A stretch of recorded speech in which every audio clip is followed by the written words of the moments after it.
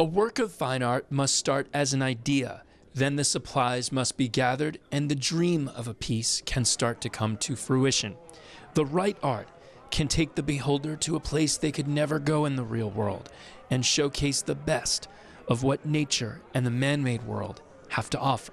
My work is very inspired by my long relationship with Mali in West Africa, and I'm interested in showing a more positive view of Mali and Africa than is usually presented. People don't know very much, and they tend to only know about war, famine, and disease, and so I want to present the genius and the beauty of the culture.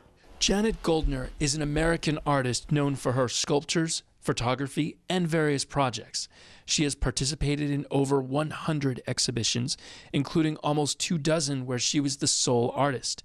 Janet has developed a passion for the people of Mali, a Muslim brother country of the KSA in West Africa, where she spends significant time every year. Mali is the site of 3 empires stemming from at least the 4th century BC, with a high level of social organization and even urban development from a very early time. And there is a highly developed, sophisticated cultural output in terms of visual art and spoken words and a way of living. But what interests me is culture, and the way culture is really the way that humans have responded to this riddle of human life on Earth.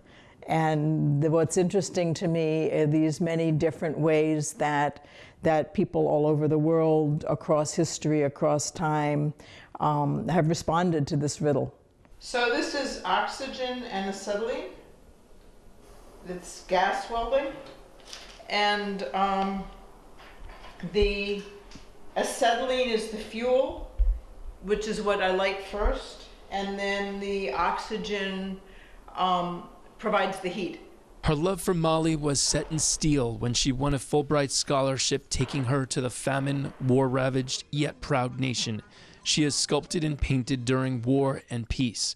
Her work can be found on the walls of the U.S. Embassy in Bamako. I think it really has to do with the intent of the maker.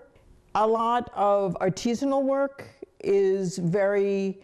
comes from a high degree of skill, but it may not have original kind of inquiry in it.